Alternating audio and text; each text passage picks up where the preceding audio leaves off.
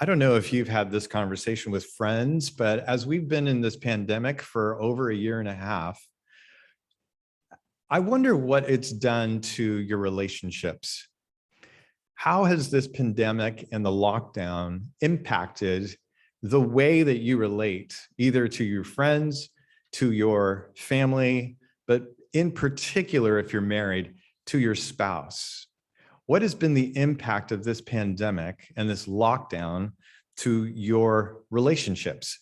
Have there been new dynamics that have been created?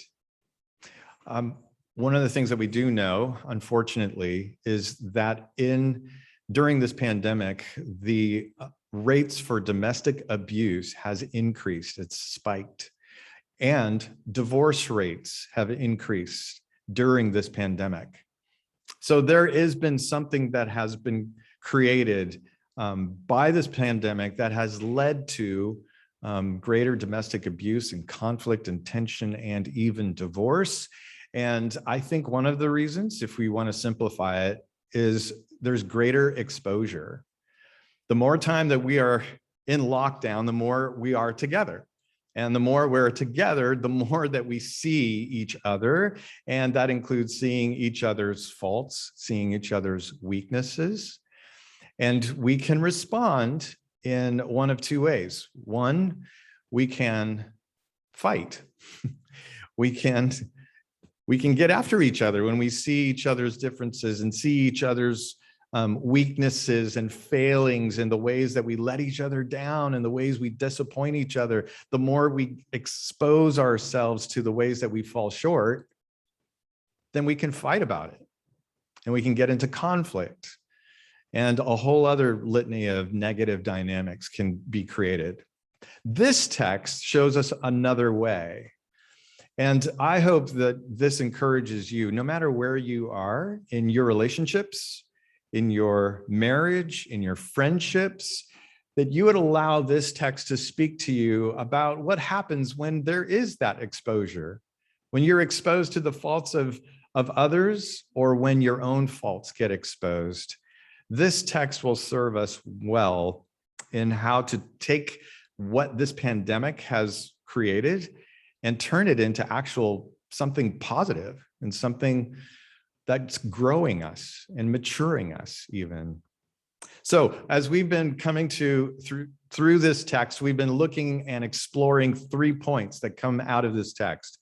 That marriage is a metaphor, right? Marriage is a metaphor for Christ's relationship with the church, right? Number 2, marriage is spirit-empowered submission, where we see both wives and husbands submitting to one another, meaning that we lay aside our rights and our privileges and our own personal goals to serve and support our spouse, that we lay aside our rights for the good of our spouse, for the good of others. That's what submission is. And so we ask ourselves, are we able to do this on our own? No, we cannot do this on our own. When the Bible speaks to us about submission, it should cause us to come to our knees before the Lord and say, Lord, I can't do this on my own, because submission does not come naturally. So we need the Spirit of God to give us the same Spirit of Jesus, who submitted himself to death on a cross, submitted himself to the will of the Father for our redemption. So we do the same. We submit ourselves for the redemption of our spouse. We submit ourselves for the good of our spouse. That's spirit-empowered submission. And today, 3rd point, marriage is covenant. Marriage is covenant. We're going to look at 3 things about covenant. 1, covenant bond. 2, covenant synergy. And 3, covenant intimacy. So the bond, the synergy, and the intimacy of covenant. First, the covenant bond. We look at verses 31 to 33. The Apostle Paul gets to the essence of marriage, and he says it is covenant. Covenant. Verse 31. For this reason, a man will leave his father and mother and be united to his wife, and the two will become one flesh. Sounds familiar, correct? This is Paul quoting Genesis. He's saying there is something so fundamental about marriage that you have to go to page 1 of the Holy Scriptures in Genesis chapter 2.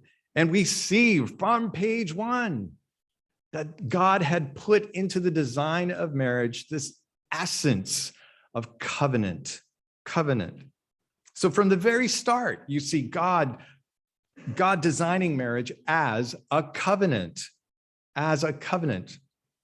Now, when Paul says for this reason, or in your Bible, it might say in this same way, husbands ought to love their wives, or in this way, for this reason, a man will leave his father and mother.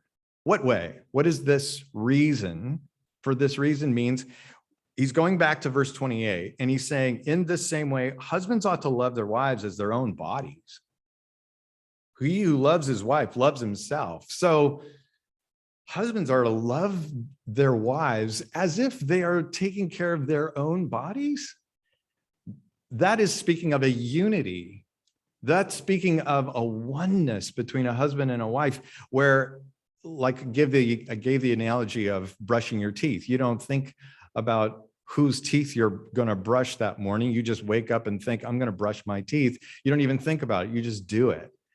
This is what Paul is saying. Paul is saying, when you think about your own body and you think about your wife's body, it should be the same thing. You should intuitively default care for your spouse, care for a wife's well-being, care for a wife's holiness. That's the kind of intuition that Paul is talking about. Now, where does this come from? This is what Paul is saying. How do you get this unity? How do you start to actually think about your spouse the way you'd even think about yourself? He says it's from covenant. How do you get that covenant? He says it. You go back to Genesis and you see it, for this reason, and here he's quoting Genesis 2:24. For this reason, a man will leave his father and mother and cleave to his wife. So how do we get this union where you're caring for your spouse the way you'd care for yourself? There needs to be a leaving and a cleaving. A leaving and a cleaving. And there are plenty of marriages that run into this problem of not caring for each other because they haven't really left. They haven't left their parents. And so you have clashes with in-laws happening. Why? Because they haven't left. They haven't left. There needs to be a leaving, meaning the power that shapes my relationships, the power that shapes who I am, is no longer in my parents' hands. I'm leaving that and I'm placing that power in the hands of my spouse. Okay, so that's why leaving is important. If we don't leave, then the power still remains with my parents, or it could remain with my peers, but we need to leave that in order to cleave. So then the cleaving is, I am uniting myself so intimately with my spouse. A husband is going to unite with the spouse so intimately that it is two becoming one. Two becoming one. That word cleave literally means you could use the word glue. I'm going to glue myself to my wife so that what happens to her is happening to me. The same thing. If you ever go to a wedding that I officiate, I always use this analogy for this two becoming one flesh thing, and that is two chemicals. So you've got two chemicals. You've got sodium and chloride. Sodium Na, chloride Cl. Lol. I hope you like this. Okay, so sodium and chloride. They each have their own properties individually. Individually, they have their own properties, but not much usefulness to us. But if you take sodium and chloride and you put them together and form a compound, you have sodium chloride, which is also known as salt. Good. Well done, class. So salt. Now, when you've got these two becoming one, salt takes on new properties, takes on a new entity. It serves a new purpose. right? We season, we preserve things with salt. So sodium and chloride on their own couldn't come close to that. But together, now new properties. Same thing in marriage. When a husband leaves the power of the parents behind and brings that power to unite with a wife, you two become one flesh. That becomes a new entity with its own new properties and its own purpose. That's what Paul is talking about. There needs to be a leaving and a cleaving, a gluing, a bonding that happens between a wife and a husband. And so that leaves the question, have I left the power that shapes who I am, that shapes my own significance? Have I still left that power in someone else's hands other than my spouse? That's the question, okay? Now, for those of us who are, if you're single, that power should remain ultimately with Jesus, right? That power ultimately remains with Jesus. But this is where we get into the metaphor of marriage. Husbands and wives, you are a metaphor for the relationship of Jesus and the church, so that your ultimate identity does come from Jesus. But in marriage, that becomes reinforced through your relationship with your spouse, that cleaving, okay? So that's the covenant bond. That's what happens when you have cleaving. When you have this cleaving, you have what we call covenant, okay? Covenant is something that we see all over the Bible. And in the ancient Near East, covenants were made all the time between kings of different foreign people groups. And usually in a covenant, you would have a suzerain king and a vassal king, meaning you would have a king who was superior, and you would have a vassal king who would be a servant. And there was always some sort of covenant that bound them together. And that covenant meant that they were going to show loyalty to each other, especially the vassal king being the servant king. Okay, so we have these kinds of arrangements all throughout Scripture. Paul is saying this is what marriage is like. You've got two entities who are forming a covenant. This is not just a contract. I need to be really clear. There's a difference between covenant and contract. When you have a contract, you've got two parties who are going in and they're saying, we're going to agree to this. We're going to have an agreement that's based on whether you produce certain things for me and I'll produce certain things for you. Okay, so there's some benefit that the individuals receive from each other. And then there's some disclaimers that go into this, like, contracts between, we're going to have a roofer come and they're going to fix our roof. There's a contract that goes along with that. If the roofer replaces our roof, then we are going to give the roofer money. That's an agreement, right? So we enter the agreement with expecting a benefit from the other. That's not covenant marriage. Covenant marriage does not look at agreements and say, what's in it for me? A covenant marriage says, yes, there is some trade-offs that are taking place, but it's for the benefit of the relationship. You see, it's not just my personal benefit, it's for the benefit of the relationship. So that's why two becoming one, that's what's critical in a covenant. A covenant looks at that oneness, doesn't look at just two individuals who have their own personal goals. It looks at the oneness and says, whatever we can do to propagate, promote, and benefit the oneness that we have together, that's what we're going to do. That's covenant. And covenants come with promises, right? Those of you who are married, do you remember those promises? Remember that day where you stood before God and many witnesses and you made promises to each other or vows to one another? I hope you do. I hope you do remember that. But if you think about those vows, right, you might even want to just hold your spouse's hand, because right now I'm going to talk to you about these vows, okay? These are the vows that I would give a bride and a groom. The first part of it would be declaration of consent. Now that's where you want to guarantee that these two people are not here because their parents forced them to be here. And so we ask these questions. Will you have this man to be your husband, to live together in the covenant of marriage? Will you love him, comfort him, honor and keep him in sickness and in health, and forsaking all others, be faithful to him as long as you both shall live? We ask the bride that question because usually back in the day, it was the bride who was forced to be there by their parents because the parents made some sort of contract, right? So we want to ask that question to say, hey, are you here of your will? And the answer she gives is, I will. Now notice the answer there is not, yes, I have present feelings, present romance, present engagement with this person. No, it is I will, meaning I promise into the future. It's a future promise. It's a future consent. I'm going to do this. I'm going to enter into a covenant. Then you get to the vows. Once you clear that up, you get to the vows. And literally, here's what it says right out of my manual. The man facing the woman, taking her right hand in his, says this to her.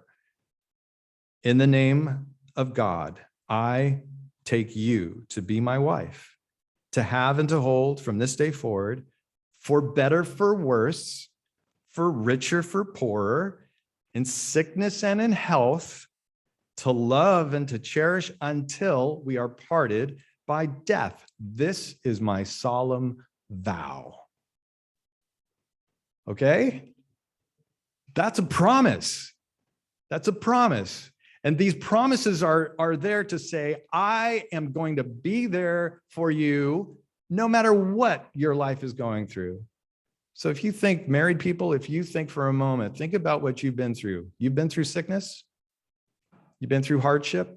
Sickness can take various forms too. It's not just physical sickness, emotional sickness, mental sickness. Have you been through any kind of distress? Have you been poor? Have you gone through job loss? Have you gone through difficulty?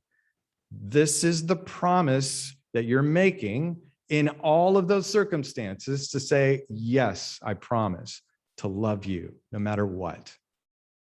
That's what seals a covenant. That's what seals that bond of two becoming one flesh. Now, this is not what our culture thinks about when they think about marriage. Marriage, in our culture's terms, is more of a contract. I will get married to you as long as you make me happy.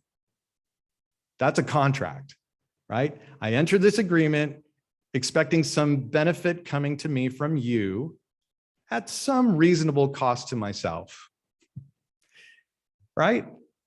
That's what Tim Keller calls consumeristic marriage, where I enter into marriage wanting this benefit, and you better make me happy. That always leaves people with an out, right? Well, what if you don't make me happy anymore? I can divorce you, right? If marriage is all about my self-fulfillment, then I can leave you. Or maybe there's somebody else who comes along who can give me more benefit than you at less cost to myself.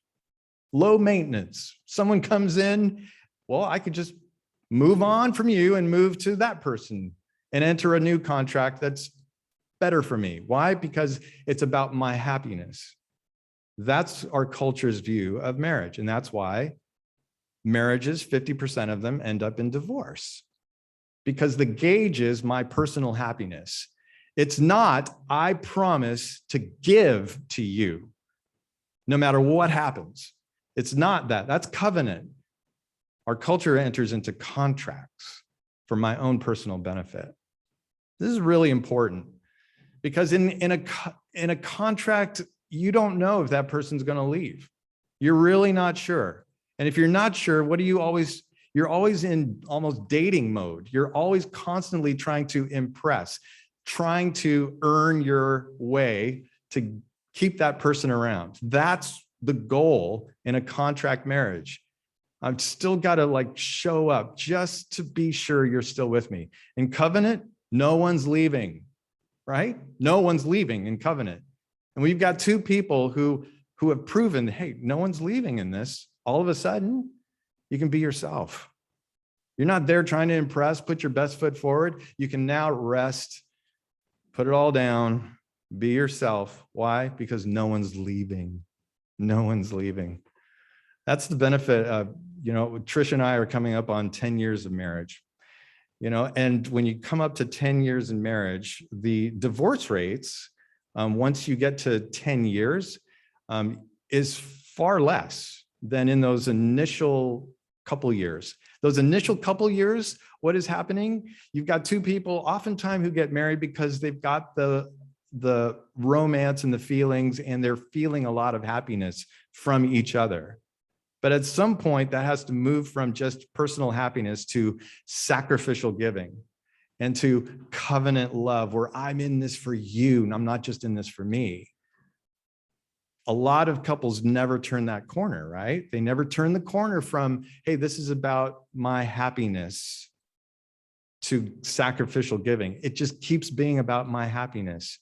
So once you get over that first year and you move and turn the corner to loving and giving and sacrifice, once you get into that space, then you get into this love, this agape love that's real, and actually turns out to be a lot more sexy than dating. When there's this real love that's there. This is why I encourage you to be around couples who've been married a long, long, long time, right? Carmen and Al, you guys are awesome to be around, because when you'd be around Carmen and Al, you could see this sacrificial love, this self-giving love that had formed over 70 years. That is hot. That is awesome. That is far beyond just those initial dating feelings that you get when wow, she's holding my hand, right? When you get into that well curated and refined and forged covenant love that's developed over years, that's a beautiful thing. That's real love. That's what some people call old people love. You want old people love. That's the kind of love that we want to shoot for. And I'm thankful 10 years in, we're in that. That's the space. I'm so glad we're beyond, the initial dating engagement, that whole thing, right? We don't have to impress each other so much. We can be ourselves with each other. And that's how we can learn to love one another. Because it's only when you're yourself, when you're you, it's only the real you that can show up for your spouse. It's only the real you that can show up and sacrifice and give and offer something to your spouse. Same thing in friendships. When you get a friendship where you are just you and you can just give out of who you are, not to impress somebody, but just to give, just because you can, that's a real friendship. And that's what covenant does. Covenant says, no one's leaving. I can be myself. We can give to each other. That's great space to be in. All right. So that's covenant bond. Number 2, if we get covenant bond, we get 2 and 3. It just flows out of it. Okay. So quickly, number 2, covenant synergy. When you got two people glued to each other, you're going to start to see each other's differences. Any married couples that can testify to this, you can say amen or yes, or okay. Have you noticed that you're different?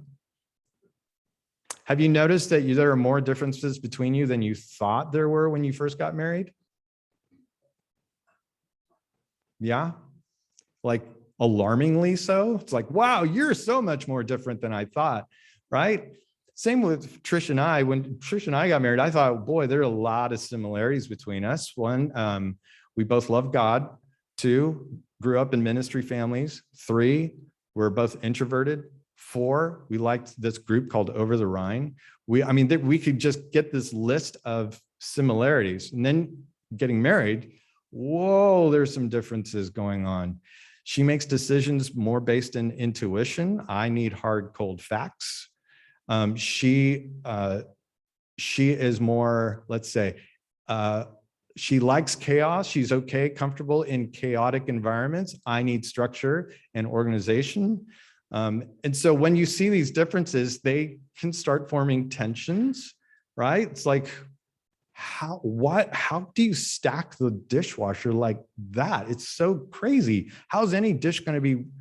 Here's the thing for me, as an organized, structured guy, I did the fatal error of actually reading the manual to our dishwasher. When I read the dishwasher manual, it actually gave instructions on the ideal way of how to stack your dishwasher, right? Tall forks go behind the small forks. You got plates that need to face the center. All of that is now in my mind. It's too late for me. I can't go back. There's no way I can just throw dishes in the dishwasher. Trish couldn't care less about that, right? Now that's a very minor difference. It gnaws on me. I'll admit to that. It gnaws on me, right? But it's a minor difference of other things that can be different that can really gnaw on us, really get to the heart of things. What do you do when you've got those differences? Well, the Bible says that two become one flesh, right? And then verse 32, Paul says this is a profound mystery. Yeah, no kidding. How did these two different people with two different personalities, we come from different cultures, all these differences. How does this work where these two can become one flesh? And he says this, wait a minute. It's not just about husbands and wives here. It's a metaphor. Remember the metaphor. I'm talking about Christ and the church. So now you think about Christ and the church. How does deity unite himself with humanity? How can the living God so attach himself to our stakes and our future and our frailty? How can the Holy One unite himself to those who are fallen creatures? How? It's a mystery. It's a mystery. But the more that we look into that mystery of Jesus uniting himself to the church, then we see, oh, this is what the differences can produce. It produces a synergy. Jesus and the church, when that unity is really lived out, it brings redemption into the world. It brings hope into the world. There's purpose in the world that happens. So differences are not sources of tension as much as ways of complementing each other so that some greater purpose can be served. Same thing happens in our parenting. It's a great illustration. If you have kids, then you see that when you put together a husband and a wife and those differences, one might be more empathetic and really sensitive to the feelings and the hurts of your children, while another might be tending more to their mind and their attitudes and knowing truth. When you have those two things together, wow, right? Amazing. The power and the purpose that happens in your children. Same thing happens when you put those differences together. Now, here's the thing. When you see those differences, you have a decision to make. You can either look at those differences and you can grow contempt for each other, which happens. And again, this is what's happened during the pandemic. You see people exposing their differences to each other, and what happens? Domestic abuse, divorce. That's one road, right? But in covenant, where no one's leaving, we're united in covenant, then you see those differences as ways to draw strengths from one another. I'm weak in certain areas and Trish is strong in those areas. I draw from her intuition. I draw from her discernment. I draw from her wisdom, where she's more of a long-term planner. I'm more short-term and in the present. I draw from her long-term vision so I can understand, okay, what are some of the goals that we should be pursuing as a family together or in our parenting with our kids? We draw from each other. So merging those differences together creates a synergy. How do we move from seeing those differences and there's contempt? And honestly, in every couple, in every married couple, there is differences that has led to hurt. There are tensions that have led to harm. Every couple is walking around with hurt because of these differences. What do you do then when you have that hurt? When those differences have caused tension and conflict? You do what Paul says in verse 33. You move into covenant intimacy. That's number 3. However, each one of you also must love his wife as he loves himself, and the wife must respect her husband.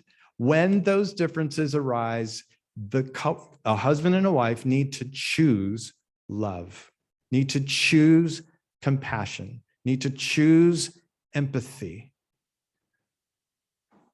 Two people can be walking around with a load of hurt because of the conflict that's happened because of the differences. When you're walking around with that load of hurt, sometimes you think you're the only one hurting. Sometimes you think, wife, you might think I'm the only one hurting in this relationship. The truth is, your husband is also hurting. Husbands and wives, you're both hurting. When you both know that you're hurting, then you can move towards each other with care and empathy. Now, what that takes is going back to what Paul said about submission. In that moment, when you recognize that your spouse is hurting, you are then saying in submission, I'm putting away my rights, I'm putting away my desires right now to serve my spouse who's hurting. My spouse is hurting right now. I'm going to put away my rights. I'm hurting too. I'm hurting right now, but I'm going to put that away for the sake of serving my spouse, for the good of my spouse. I'm going to put that away. That's submission. That's submission. I'm going to put that away. I'm going to submit. Now I'm going to show empathy. I'm going to love. I'm going to care. That's a choice that every couple has to make when they realize that the hurt of contempt and the hurt of tensions because of differences has caused pain in my spouse or caused pain in me. I, as a spouse, need to choose to say, I'm going to put that aside for a moment so that I can serve my spouse and find healing for my spouse. Now, when you've got two spouses who are willing to do that for each other, then your own personal pain gets addressed too, right? It will get addressed if you've got two people. If you've got a husband who loves his wife as he loves himself, that means a husband's going to look at his wife's pain and hurt and say, whoa, that's like my pain. That's my hurt. We need to address that because if you're hurting, I'm hurting, right? So I'm going to put aside my hurt for a minute so we can address yours. But a wife is going to respect her husband. A wife is going to say, hey, I'm hurting too, because my husband has said something or done something that has caused great pain in me. But I'm going to put that aside so I can serve him. I'm going to serve him. Here's how that plays out with husbands and wives. A wife has a greater degree of relational IQ. Just a wife just is born, and there's studies that we can go into this. There are studies that have been done that show that wives tend to have more interpersonal skills. They just have more empathy. They have more compassion. And so a wife is going to come more naturally to a husband and with empathy and compassion and care. A husband has a little bit more of an edge when it comes to purposeful impact, making a difference in the world, okay? So when they're addressing each other in their hurt, they're going to bring different strengths to play in that. A wife's going to see, oh, I see that the pain that my husband has right now is limiting his ability to bring impact in the world. So I want to address that in a way that frees my husband to make an impact, to bring redemption. A husband's going to look at the wife and say, I see that my wife is living with pain that keeps her from having compassion and care and interpersonal connections. And so I want to try to see if we can lift this pain so that she can be free to love and care and show compassion. So that's the lens we start to see ourselves with. When we see the hurt and acknowledge the hurt, we can then say, I'm going to put aside my rights and love my spouse, and love my spouse in the direction that God has made my spouse to be. Whether the husband is to be a person of impact, or whether the wife is to be a person of great connection and relationship. That's what covenant intimacy looks like. When you've got two people who are willing to do that for each other, that's intimacy. That's friendship. That's what, when God saw Adam and said, it is not good for this guy to be alone. Not good. And then I'm going to make a suitable helper. A suitable helper. That's Eve. A helper, someone who's going to come and bring relational support so that these two together can help each other. She's going to help him by bringing relational wisdom into his life. He's going to help her by being a leader and being directive and being purposeful and moving their marriage and their family into the mission that God has for them. That's the friendship and intimacy that covenant produces. Covenant produces. This all starts with a commitment. It all starts with a promise. It all starts with a vow that you make before each other, where you say, hey, this isn't about, I'm not in this so I can just be happy. I'm in this so that we can be together purposeful, and we can be a partnership, and we can pursue a bond that creates great intimacy, even in the differences. That's what I'm in for. I'm in for the relationship. I'm in for us. That's a decision. That's a decision that we are to make. And I wonder today if that's a decision that if you're married, you want to go back to that. You want to say, hey, there's a vow and there's a promise that I can make right now that says, I will promise to be faithful. Yeah, we're going through a hard time right now. Yeah, there's hurt involved, and I might have even inflicted that hurt, but I promise to love you.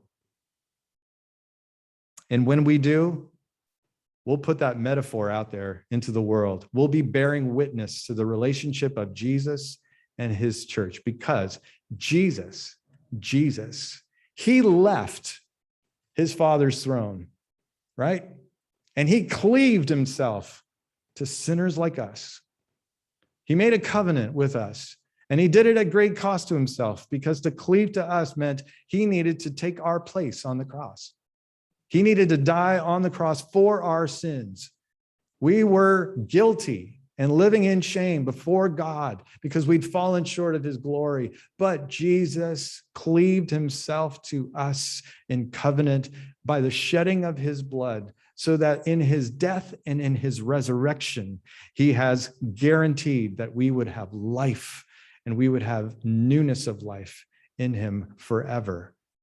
This is what Jesus did for us. He left and cleaved to us to have a covenant with us. And now we, as his church, if we are married, then we can be living illustrations of what Jesus has done for us.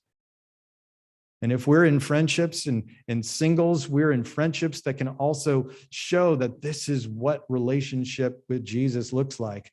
Then we can show up and we can submit ourselves to our friends and say, I'm going to put away my rights and I'm going to serve you to see the redemption of God in your life. Then we can show the world, this is what Jesus can be with you. Now, do our marriages and our friendships look like this? Are we depicting every day the same love that Jesus has for us? Are we willing to lay aside our rights the way Jesus laid aside his rights? Are we willing to cleave ourselves to messy sinners, just the way Jesus cleaved himself to us when we were in our sin? And can we join with one another with hope, believing that we're not just the way we are? We're not always going to be the way we are right now, but God is producing holiness in us, and we can be part of that in each other's lives. Then we will bear witness to the living presence of Jesus with his church. As we go to the table of the Lord, would you line yourself up with Jesus? What he did to leave, what he did to cleave, what he did to show himself faithful to us in a covenant. Will you line yourself up with the heart of Jesus so that we would say to him, yes, Jesus, I'm in covenant with you. And as we are in covenant with him, then that will just dictate to us what we need to do to show up for one another, whether it's showing up for our spouse or showing up for our family or showing up for our friends. Let it all be a reflection of the covenant heart of God.